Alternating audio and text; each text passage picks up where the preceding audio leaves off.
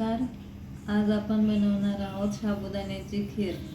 त्यासाठी लागणारे साहित्य: 1 वाटी साबुदाणा, याच वाटीच्या प्रमाणात 2 वाटी दूध, अर्धी वाटी साखर, 1 वाटी पाणी, अर्धी वाटी शेंगदाण्याचं कूट घेतलेलं आहे आणि थोडंसं चवीनुसार मीठ. साबुदाण्याची खीर बनवण्यासाठी आपण पातेल्यामध्ये प्रथम पाणी टाकू. त्या पाण्यामध्ये थोडंसं मीठ,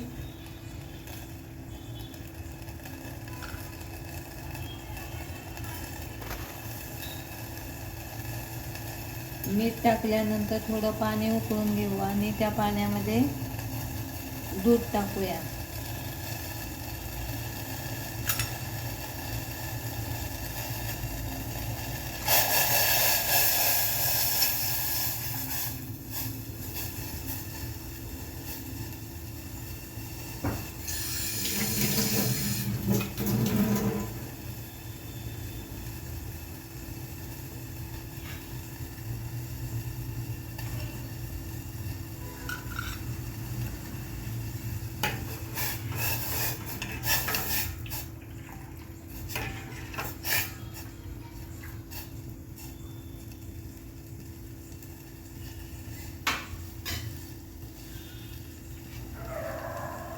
दूध आणि पाणी उकळल्यानंतर साखर टाकू.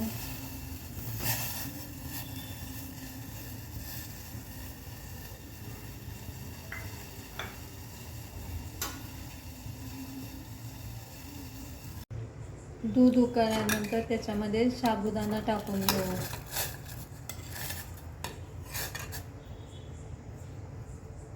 उकळल्यानंतर त्यामध्ये शेंगदाण्याचं कूट टाकू. साबुदाणा हा 3 ते 4 तास भिजवून घ्यायचा असतो, म्हणजे तो छान शिजतो.